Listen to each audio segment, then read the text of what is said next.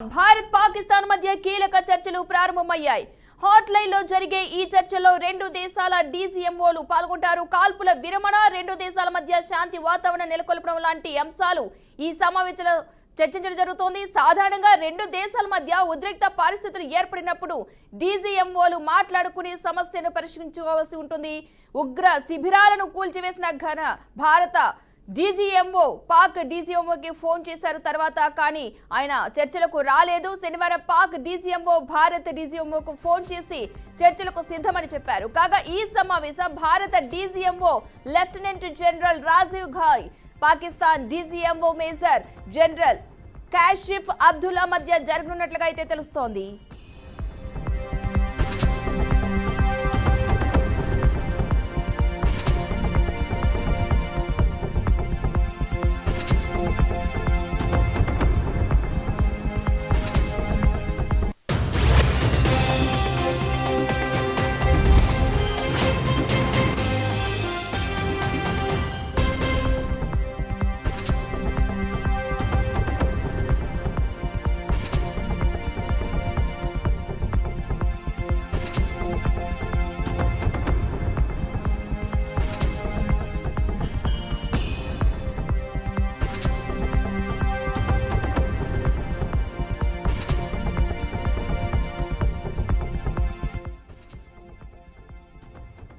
ఈ నేపథ్యంలోనే కాసేపటి క్రితం ప్రధాని మోదీ నివాసంలో అత్యున్నత స్థాయి సమావేశం జరిగింది. ఈ సమావేశంలో రక్షణ మంత్రి రాజ్నాథ్ సింగ్, జాతీయ భద్రతా సలహాదారు అజిత్ దోవల్, సిడిఎస్ అనిల్ చౌహాన్, త్రివిధ దళాధిపతులు పాల్గొన్నారు. డీసీఎంఓల సమావేశంలో ఏం మాట్లాడాలి అనే దానిపై మోదీ దిశానిర్దేశం చేసినట్లయితే సమాచారం అందుతోంది. పీఓకే ఉగ్రవాదుల అప్పగింత తదితర అంశాలపై ప్రధాని మోదీ ఇప్పటికే క్లారిటీ ఇచ్చారు. ఎట్టి పరిస్థితుల్లో భారత్ డిమాండ్లను ఒప్పుకోవాల్సిందేనని మోదీ తేల్చి చెప్పారు.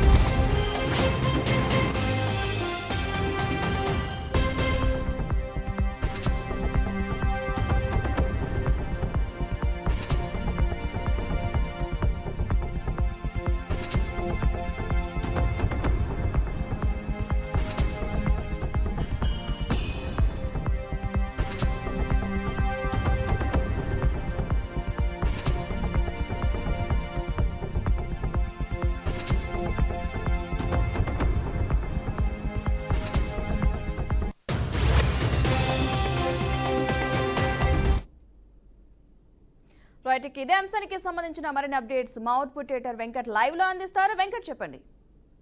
భారత్ పాకిస్తాన్ మధ్య ఒక కీలక సమావేశం జరుగుతుంది. ఇరు దేశాలు చెందినటువంటి director general of army military operations అంటే డీజీఎంఓలు, భారత్ చెందినటువంటి డీజీఎంఓ, అదేవిధంగా పాకిస్తాన్ చెందినటువంటి డీజీఎంఓ ఇద్దరు కూడా, భారత్ డీజీఎంఓ రాజీవ్ ఘాయ్, అదేవిధంగా పాకిస్తాన్ డీజీఎంఓ కాషిఫ్ అబ్దుల్లా తో పాటుగా వారికి సంబంధించిన ఆ దేశం చెందినటువంటి బృందం అధికారులు, ఇది చెందినటువంటి బృందం అధికారులు హాట్ లైన్ ద్వారా, హాట్ లైన్ అంటే ఇది మోర్ ఆఫ్ వీడియో కాన్ఫరెన్స్గా మనం భావించాల్సిన అవసరం ఉంటుంది. ఎందుకంటే direct communication between both the countries అన్నట్టుగా మనం చూడాల్సిన అవసరం ఉంటుంది. సో ఇందులో ఏ అంశాలు చర్చించబోతున్నారు, మెయిన్గా భారత్ పాక్ సరిహద్దుల్లో ఉన్నటువంటి పరిస్థితులు మెయిన్గా అక్కడ ఇంటెన్సిఫైడ్ వాతావరణం ఉండకూడదు, ఉగ్రచర్యలకు ఎలాంటి తావు ఉండకూడదు అనే దాని మీద ప్రధానంగా చర్చ కొనసాగే అవకాశం ఉంటుంది. అఫ్కోర్స్ మొన్న జరిగినటువంటి శనివారం జరిగినటువంటి అమెరికా మధ్యవర్తిత్వంతో జరిగినటువంటి సీజ్ ఫైర్ వైలేషన్లో ఎటువంటి ఆ ఒప్పందంలో భాగంగానే ఇప్పుడు డీజీఎంఓ మీటింగ్ జరుగుతుంది.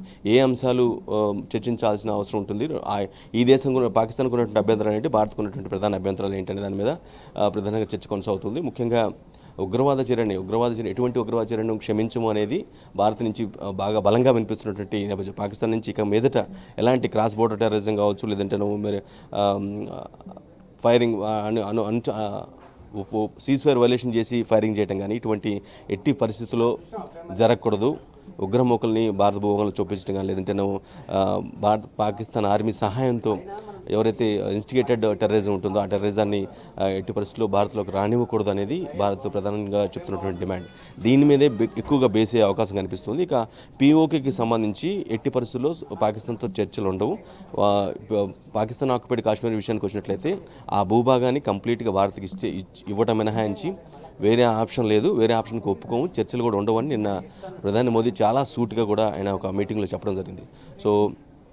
సో పీఓకే పట్ల పాకిస్తాన్ ఏ విధంగా వ్యవహరిస్తుంది, భారత్ పెట్టినటువంటి పీఓకే విషయంలో భారత్ పెట్టిన డిమాండ్లు ఏ విధంగా రిసీవ్ చేసుకుంటుంది అనేది చాలా చర్చనీయాంశంగా మారింది. At the same time cross border terrorism అంటే ఉగ్రవాదాన్ని తాము ఎప్పుడు కూడా ప్రోత్సహించలేదు, తాము ఎప్పుడు శాంతి కోసమే ప్రయత్నిస్తున్నామని ఏదైతే పాకిస్తాన్ చెప్పుకొస్తూ ఉందో దానికి సంబంధించినటువంటి దాన్ని వ్యతిరేకిస్తూ దాన్ని అట్ ది సేమ్ టైం అది మీరు చెప్పేది నిజం కాదు, అంత అబద్ధమే, దానికి సంబంధించిన ప్రూఫ్స్ ఉన్నాయి, ఇవన్నీ కూడా చూడండి, మీరు చేసిన దురాఘాతాలు ఈ విధంగా ఉన్నాయని చెప్పే అవకాశం కూడా కనిపిస్తుంది. అన్నిటికీ మించి శనివారం ఒప్పందం పూర్తయిన తర్వాత సీజ్ ఫైర్ వైలేషన్కి ఒక రెండు దేశాలు అంగీకరించిన తర్వాత కూడా అదే రోజు నైటు కొన్ని 4 అంటే సరిహద్దు రాష్ట్రాలు ఏదంటే పంజాబ్ కావచ్చు, లేదంటే కాశ్మీర్ కావచ్చు, ఆ 2-3 రాష్ట్రాల్లో సీజ్ ఫైర్ వైలేషన్ జరిగింది. మోటార్స్ విసిరారు, షెల్లింగ్స్ పంపించారు, ఈవెన్ డ్రోన్స్ కూడా పంపించారు. ఇది ఎందుకు ఎట్లా పంపించారు? ఎందుకంటే ఆల్రెడీ అఫీషియల్గా ఒక పెద్ద దేశం మధ్యవర్తిత్వంతో ఫినిష్ అయింది, స్టాప్ అయింది. అయినప్పటికీ కూడా ఎట్లా మీరు ఆ విధంగా వైలేట్ చేస్తారు, వైలేట్ చేసి ఆ విధంగా ఫైరింగ్కి పాల్పడటం కానీ, మోటార్స్ షెల్లింగ్స్ పంపించడం కానీ ఎట్లా, ఇదంతా కరెక్ట్ కాదనేది దీని మీద ఎక్కువగా ప్రధానంగా అడిగే అవకాశం అయితే కనిపిస్తుంది. పాకిస్తాన్ని నిలదీసే అవకాశం ఈ మీటింగ్లో ఎక్కువ బేసు క్రాస్ వైలేషన్ అంటే ఒప్పందం జరిగిన తర్వాత వైలేట్ ఎందుకు చేయాల్సి వచ్చింది అనేది ఒకటి మెయిన్. పీఓకే సంబంధించి అది పీఓకే ఎట్టి పరిస్థితుల్లో భారత్కి అప్పచెప్పాలి, దాని మీద చర్చలు ఉండడం అనే విషయాన్ని కూడా ప్రస్తావించే అవకాశం కనిపిస్తుంది. ఇక అన్నిటికీ మించి పాకిస్తాన్ వైపు నుంచి ఎట్టి పరిస్థితుల్లో ఎట్లాంటి ఉగ్రచర్యలు జరగకుండా ఉండాలి, అది ప్రధాన డిమాండ్గా కనిపిస్తుంది. సో ఆఫ్కోర్స్ పాకిస్తాన్ వైపు నుంచి ఆ పాక్ డీజీఎంఓ మీటింగు వాళ్ళు ఎలాంటి అంశాలు ప్రస్తావిస్తారేంటనేది కూడా దీనికి సంబంధించినటువంటి బ్రీఫింగు, అంటే ఈ మీటింగ్ సారాంశం బ్రీఫింగ్ కూడా మధ్యాహ్నం 2:30 గంటలకి భారత డీజీఎంఓ రాజీవ్ ఘాయ్ ఆయన బృందం చెప్పే అవకాశం స్పష్టంగా కనిపిస్తుంది. 2:30కి ఆయన మాట్లాడే అవకాశం ఉన్నారు. మరోవైపు ఈ డీజీఎంఓ మీటింగ్ కొనసాగుతుండగానే ఆల్మోస్ట్ ఒక 45 మినిట్స్గా ప్రధాని మోదీ సమావేశం కొనసాగుతుంది. ఎవరైతే త్రివిధ దళ అధిపతులతో పాటుగా కేంద్ర రక్షణ శాఖ మంత్రి రాజ్నాథ్, అదేవిధంగా జాతీయ భద్రతా సలహాదారు అజిత్ దోవల్తో పాటుగా కొంతమంది కీలక అధికారులతో సమావేశం కొనసాగుతుంది. సో మెయిన్గా ఈ డీజీఎంఓ మీటింగు మీదే ప్రధానంగా జరిగే అవకాశం కనిపిస్తుంది. ఇటువంటి అంశాలను అక్కడ వైపు తీసుకెళ్లాల్సిన అవసరం ఉంది. ఏ అంశాల్లో పాకిస్తాన్ని గట్టిగా నొక్కాల్సిన అవసరం ఉంది దానిపైన చర్చిస్తున్నట్టుగా తెలుస్తుంది ఓవరాల్గా పద్మ. అయితే మరి కాసేపట్లో ఇప్పుడు ఏ అయితే అంశాలు ఉన్నాయో, పీఓకే అంశం కావచ్చు, అది ఉగ్ర స్థావరాలు కావచ్చు, కాల్పుల విరమణ ఒప్పందాన్ని ఉల్లంఘించి మరి పాకిస్తాన్ చేసిన దాడులకి సంబంధించి కావచ్చు, వీటిలన్నిటి మీద ఒక క్లారిటీ వచ్చే అంశం అనుకోవచ్చా ఈ రోజైతే పూర్తిగా? రైట్, ఈ మూడు అంశాలు కూడా రెండు దేశాలకు సంబంధించిన అంశం, నో డౌట్. సో ఈ మూడు అంశాల మీద చర్చకి షార్ట్గా వస్తాయి. బట్ ఈరోజు వన్ మీటింగ్లోనే అంతా సార్ట్ అవుట్ అవుతుందని మనం ఎక్స్పెక్ట్ చేయలేము. ఎందుకంటే చాలా సున్నితమైన అంశాలు, భారత్ చాలా బలంగా విత్ ఎవిడెన్సెస్ సాక్ష్యాలతో సహా పాకిస్తాన్ యొక్క దురాఘాతాలను చెప్పే అవకాశం కూడా ఉంది నేపథ్యంలో. ఎందుకంటే విత్ ప్రూఫ్స్ ఆల్రెడీ అన్ని రెడీగా పెట్టుకున్నారు, అవన్నీ కూడా చూపించి మాట్లాడే అవకాశం కూడా ఉంటుంది. కాబట్టి సో దాన్ని ఏ విధంగా రిటార్డ్ చేస్తారు, దాన్ని యాక్సెప్ట్ చేస్తారు. ఎందుకంటే ఒక దేశం యొక్క తప్పును మరో దేశం చూపించినప్పుడు కూడా యాక్సెప్ట్ చేసే పరిస్థితి ఉండదు. జనరల్గా ఏదో ఒక రీజన్ చెప్పేయటం, లేదా అంతా మీరు అబద్ధం ఆడుతున్నారు, లయింగ్ చేస్తున్నారు, ఇదంతా కరెక్ట్ కాదని ఏదో డిఫెండ్ చేసుకునే ప్రయత్నం అయితే కొనసాగుతుంటుంది. సో మనం పెట్టే అంశాలు కావచ్చు, మనం చూపించినట్టు ఆధారాలు కావచ్చు, దానికి సంబంధించి ఇప్పుడు సీజ్ ఫైర్ వైలేషన్ జరిగింది, ఇది నిన్న శనివారం ఒప్పందం జరిగిన తర్వాత కూడా జరిగింది. దానికి సంబంధించిన ప్రూఫ్స్ ఖచ్చితంగా చూపించి అడుగుతారు. ఏంటి ఇది ఎంత క్లియర్ కట్గా ఒక ఒప్పందం జరిగిన తర్వాత ఒక దేశం మన ఇద్దరు దేశాల మధ్యలోకి వచ్చి చాలా క్లియర్ కట్గా అన్ని అంశాలను చెప్పి సీజ్ ఫైర్కి ఒప్పుకున్న తర్వాత తక్షణమే తక్షణమే కాల్పుల విరమణ ఉల్లంఘన దానికి ఉల్లంఘన జరగకుండా కాల్పుల విరమణ చేయాలి అని క్లియర్ కట్కి చెప్పిన తర్వాత కూడా మీరు జమ్మూలో కావచ్చు, పఠాన్కోట్లో కావచ్చు, లేదంటే రాజస్థాన్ జైసల్మేర్లో కావచ్చు, ఈ విధంగా ఎట్లా మీరు ఆ ఒప్పందాన్ని ఉపయోగించి కాల్పులు అంటే ఆ సరిహద్దు రేఖ బట్టి కాల్పులు జరపడం కావచ్చు, లేదంటేనేమో డ్రోన్స్ ద్వారా లేదంటే షెల్లింగ్స్ మోటార్స్ విసిరేయటం కానీ ఇలా చేస్తారనే అంశాలు మాత్రం విత్ ప్రూఫ్స్ ఖచ్చితంగా అక్కడ చూపించే అవకాశం ఉంటుంది.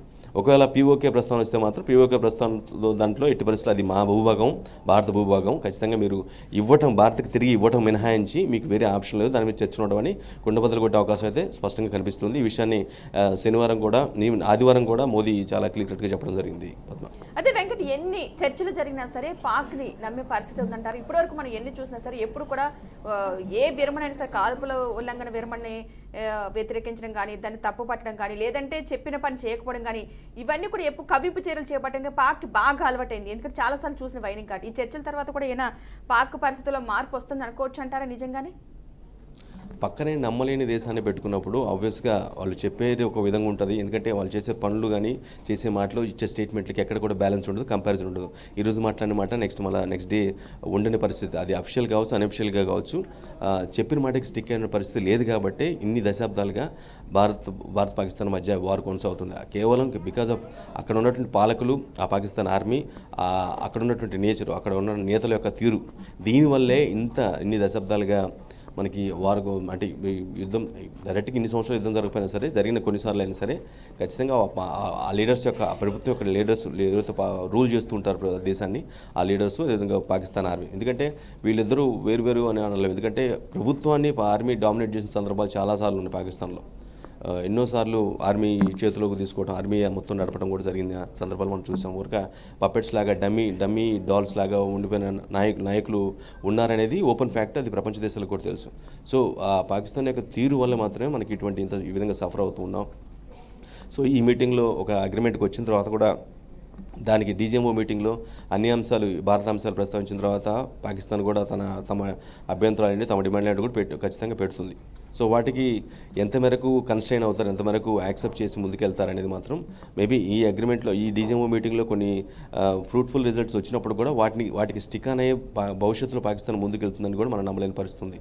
సో దీన్ని ఏ విధంగా సార్ట్అవుట్ చేస్తారో, అవసరమైతే మళ్ళీ ఎవరైతే ఇరు దేశాల మధ్య ఒప్పందం గురించి చాలామంది ప్రాణాలు లక్షలాది మంది ప్రాణాలు కాపాడామని చెప్తున్నటువంటి అమెరికాని మరోసారి మధ్యవర్తిత్వ కోసం ఇన్వాల్వ్ చేస్తారా అంటే ఈవెన్తో మీటింగ్ తర్వాత అనుకోని ఫలితాలు, ప్రతికూల ఫలితాలు కనుక వచ్చినట్లయితే, ప్రతికూల సందర్భాలు ఉత్పన్నం అవుతే మరోసారి రెండు దేశాలు అమెరికాని అంటే మేబీ ఖచ్చితంగా మానిటర్ చేస్తూ ఉంటుంది. ఇది రెండు దేశాలు సీజ్ ఫైర్కి ఒప్పించింది కాబట్టి సిచ్యువేషన్ మానిటర్ చేసే అవకాశం అయితే ఉంటుంది. అఫ్కోర్స్ వ్యక్తిగతంగా కూడా రెండు దేశాలు మళ్ళీ అప్రోచ్ అయ్యే అవకాశం కూడా ఉండే అవకాశం ఉంటుంది. సో దాన్ని ఏ విధంగా సార్ట్అవుట్ చేస్తే, ఒకవేళ అమెరికా అంటే వీళ్ళిద్దరి మధ్య లాగర్ హెడ్స్ లాగా మేము ఒప్పుకుంటే ఒప్పుకోం, దీనికి మేము ఒప్పుకోం, దానికి మేము ఒప్పుకోం అని ఏదైతే బలంగా చెప్పుకునే సందర్భం ఉత్పన్నం అవుతే ఖచ్చితంగా మళ్ళీ మిడిల్ ఇంటర్వెన్షన్ షోర్ షాట్గా ఉంటుంది. అది అమెరికానే అవుతుంది అని అనిపిస్తుంది. Right, thank you Venkat.